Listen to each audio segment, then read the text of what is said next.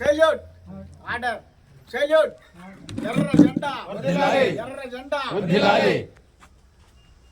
జోహార్ comrade Sundarayya జోహార్ comrade Sundarayya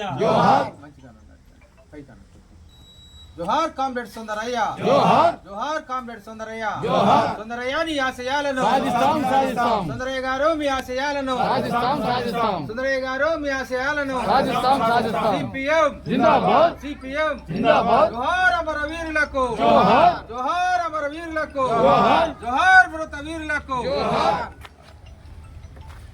అట్లానే CPM party జిల్లా committee సభ్యులు సల్మాల విఠలరావు గారిని దండ వేయవలసిందిగా కోరుతాను. ప్రతాప్ గారు, నర్సరావు గారు,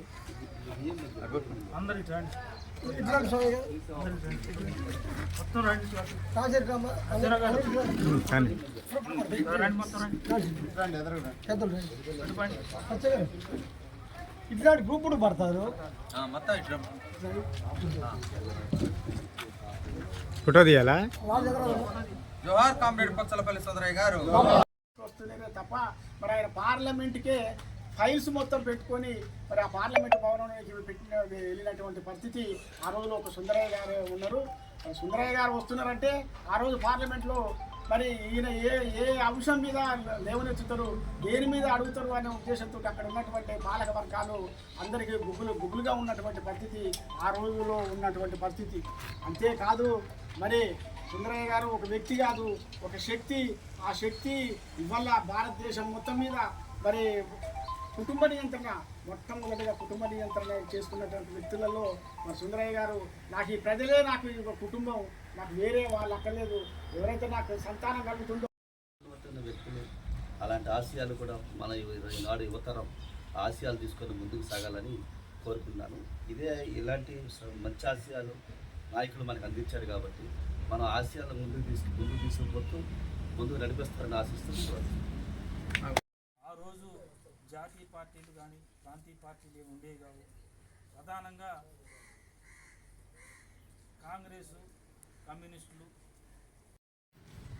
ఇవాళ రాజకీయాలు విలువలు లేవు.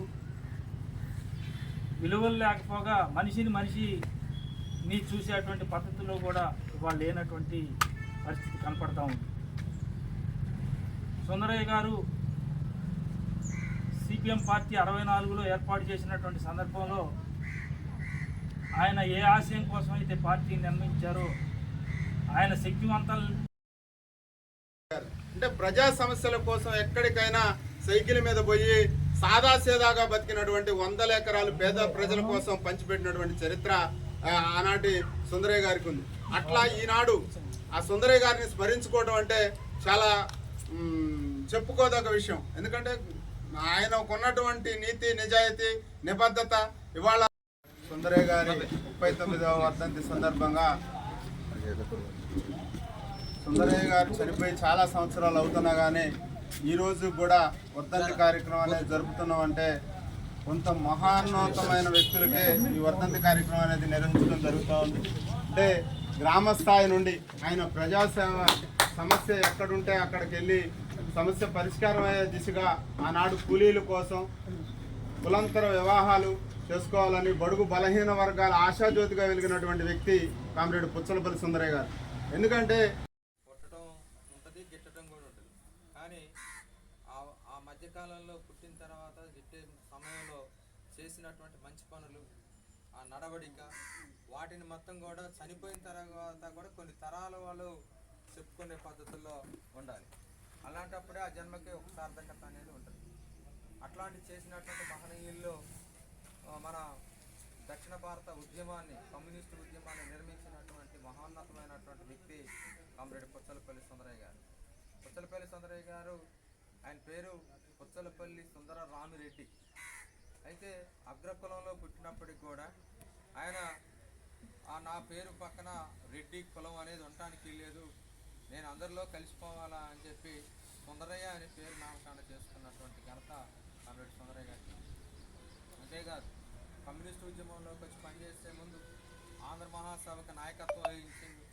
ఆంధ్ర మహాసభ మన అందరికీ కూడా తెలుసు. ఆంధ్ర మహాసభ జరిగేటప్పుడు ఆ పోరాటాల్లో ఉండి అందులో కూడా రెవల్యూషన్గా మాట్లాడేవాడు. అట్లనే తెలంగాణ సాయుధ పోరాటం, ఈ మన తెలంగాణ ప్రాంతంలో నాడు గడీ పాలన మొత్తం కూడా భూస్వామ్య వ్యవస్థ. ఒక్కొక్కడు ఇస్నూరు దేశముఖ్ అనేటువంటి ఆయనకి లక్షల ఎకరాల భూమి ఉంది, కల్లూరు దొరగారికి 1000 ఎకరాలు ఉంది.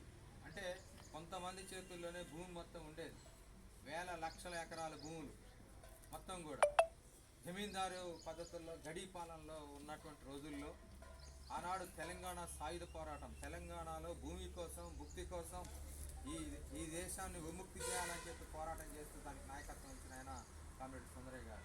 తెలంగాణ ప్రాంతంలో తెలంగాణ సాయుధ పోరాటం జరుగుతుంటే 4000 మంది చనిపోతారు. 4000 మంది చనిపోయినటువంటి నాయకత్వం వహించినటువంటి ఆయన కామ్రేడ్ సుందరయ్య గారు. భూమి కోసం సాగినటువంటి పోరాటంలో గడిల పాలనలో ఆనాడు ఉన్నటువంటి ఒకసారి రాజన్న సినిమా చూస్తే తెలుస్తుంది. ఎంత అంటే మనకు స్వాతంత్రం వచ్చిన తర్వాత కూడా తెలంగాణ ప్రాంతం మొత్తం భూస్వాముల చేతుల్లో ఉంది, అంటే గడీ పాలన చేతుల్లో ఉంది. ఎంత గడీ పాలన అంటే వసే రావులమ్మ సినిమా లేకపోతే రాజన్న సినిమా ఇవన్నీ కూడా తీశారు. కొన్ని మచ్చు తొనక సినిమాలు తీశారు, కొన్ని సినిమాలు తీశారు. వాటిల్లో చూపెట్టినటువంటి అంతకాడికి ఘోరంగా జరిగినటువంటి ఘటన దొడ్డి కొమరయ్య లాంటి వాడు. తెలంగాణ సాయుధ పోరాటం సాగే ముందు దొడ్డి కొమరయ్య విధుల్లోకి వచ్చాడు. ఆనాడు జమీ పాలనకి వ్యతిరేకంగా చంపేశారు. దొడ్డి కొమరయ్యని చంపేస్తే పెళ్లి బిక్కింది పోరాటం. దాని నాయకత్వం నెల్లూరు జిల్లా అలగానిపాడులో పుట్టినటువంటి కామ్రేడ్ సుందరయ్య ఈ తెలంగాణ ప్రాంతాల్లో జరుగుతున్న సాయుధ పోరాటానికి నాయకత్వం వహిస్తాడు. ఆనాడు భూమి కోసం ముక్తి కోసం సాగినటువంటి పోరాటంలో 2 లక్షల ఎకరాల భూమిని ఈ తెలంగాణ ప్రాంతాల్లో పేద ప్రజలకు పంచిపెట్టాడు. 2500 గ్రామాల్లో గ్రామ స్వరాజ్యం జెండాలు ఎగరేసినటువంటి చరిత్ర కామ్రేడ్ సుందరయ్య గారికి ఉంది. అంటే తెలంగాణ సాయుధ పోరాటంలో ఐలమ్మ లాంటి వాళ్ళు, ఆనాడు మల్లు స్వరాజ్యం గారు లాంటి వాళ్ళు, మల్లు వెంకటరెడ్డి గారు లాంటి వాడు కామ్రేడ్ సుందరయ్య గారు. సుందరయ్య గారు వివాహం చేసుకునేటప్పుడు తాను కూడా మద్రాసు వెళ్తాడు ఈ పార్టీ పనుల మీద. వెళ్ళినప్పుడు లీలా సుందరమ్మ పరిచయం అవుతుంది. ఆ సందర్భంలో వివాహం చేసుకోవటం కోసం ప్రతిపాదన పెడితే ఓకే, ఆమె లీలమ్మ గారు కూడా సుందరయ్య గారిని వివాహం చేసుకోవడానికి ఓకే అంటది. కానీ ఈయన కండిషన్స్ పెడతాడు. జనరల్గా ఏంటంటే మహిళలు కండిషన్స్ పెడుతుంటారు, కానీ సుందరయ్య గారు పెట్టాడు. ఏంటనంటే నాతో సహచర్యం చేయటం కోసం నిన్ను వివాహం చేసుకోవాలంటే నేను ప్రజాసేవకి అంకితమైంది నా జీవితం. నా ప్రజా జీవితానికి నువ్వు కూడా తోడుగా ఉంటానంటేనే సాధ్యమవుతుంది. Number 1 condition. నెంబర్ 2, మనం కనుక పిల్లల్ని మనకి పిల్లలు ఉంటే మనకి స్వార్థం పెరిగిద్ది. కాబట్టి ఆ స్వార్థం లేకుండా చేయటం కోసం ముందుగానే పిల్లలు లేకుండా ఉండేటువంటి అప్లికేషన్ పిల్లలు లేకుండా ఉండాలని నేను కోరుకుంటున్నా. దానికి ఇష్టమైతేనే నేను చేసుకుంటానని చెప్తాడు. ఆ మహాతల్లి కూడా మీరు ఎట్లా అంటే అట్లా అని చెప్పి ఆనాడే వివాహానికంటే ముందే ప్రతిపాదన తీసుకొని వివాహం చేసుకొని పిల్లలు లేకుండా తన జీవితాన్ని అలాంటి మహానుభావులు ఈరోజు ఇలా సిపిఎం పార్టీ ఇట్లా ఉందనంటే ఆనాడు సుందరయ్య గారి నాయకత్వంలో సుందరయ్య గారు చేసిన బాటలోనే ఇలా అనేక మంది నడుస్తున్నారు. ఉదాహరణ చెప్పుకోవాలంటే మన ప్రాంతంలో రాజారావు గారు, ఇలా సింగరేణిలో పనిచేసే రాజారావు గారు అసలు ఆయన పెళ్ళే చేసుకోవాలి, జీవితం మొత్తం పార్టీ ఖచ్చితంగా చేశారు. వాళ్ళ అన్నయ్య గారు, వాళ్ళ తమ్ముడు, ముగ్గురు అన్నదమ్ములు, ఒక ఉన్నతమైన పెద్ద భూస్వామి కుటుంబం. అయినా ఈయన సింగరేణి ఉద్యోగం వదిలేశాడు. ఆయన టీచర్ అయితే అన్నయ్య గారు టీచరు, ఆయనకు వచ్చేటువంటి జీతం మొత్తం పార్టీకి పార్టీ ఇచ్చే అలవెన్స్తో, అంటే ఎంత గొప్పతనం వాళ్ళ కుటుంబాలు. ఆ త్యాగ నిరత ఎవరి వల్ల సాధ్యం కాదు. 70,000 రూపాయల జీతం అయితే 70,000 రూపాయల జీతం సిపిఎం పార్టీకి ఇచ్చేసి 8,000 రూపాయలు తీసుకొని సంవత్సరం నెల మొత్తం గడుపుకునేటువంటి అటువంటి వాళ్ళు ఇలా మన అఖిల భారత కార్యదర్శి ఇవాళ పోలిట్ బ్యూరోగా ఉన్నారు ప్రకాష్ కరత్, బృందా కరత్. వాళ్ళు కూడా ఇలా బృందా కరత్ గారు కూడా ఆమె చరిత్ర రాస్తే మొన్నే పుస్తకం చదివాను. ఆమె ఒక హెయిర్ పోస్ట్గా పనిచేసేది. ఆనాడు బొంబాయిలో ట్రేడ్ యూనియన్ ఉద్యమం నిర్మించడానికి పంపిస్తే అక్కడే పరిచయం అవుతాడు ప్రకాష్ కరత్.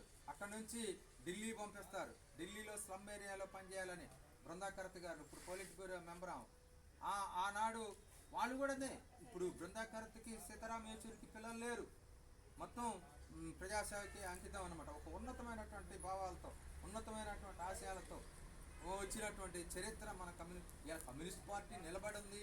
కమ్యూనిస్ట్ పార్టీలో మేము సభ్యులంగా ఉన్నాము అని చెప్పుకోవడం కూడా ఇవాళ గొప్పగా ఉంది అని అంటే కారణం ఆనాడు ఆ మహానీయులు చేసినటువంటి త్యాగాలు, వాళ్ళు నిర్వహించినటువంటి పునాదులు, ఆ పునాదుల మీద మనం ఉన్నాం అనేటువంటి అంశాన్ని కూడా మనం ఒకసారి పరిశీలన చేసుకోవాలి. ఇవాళ ఎందుకోసం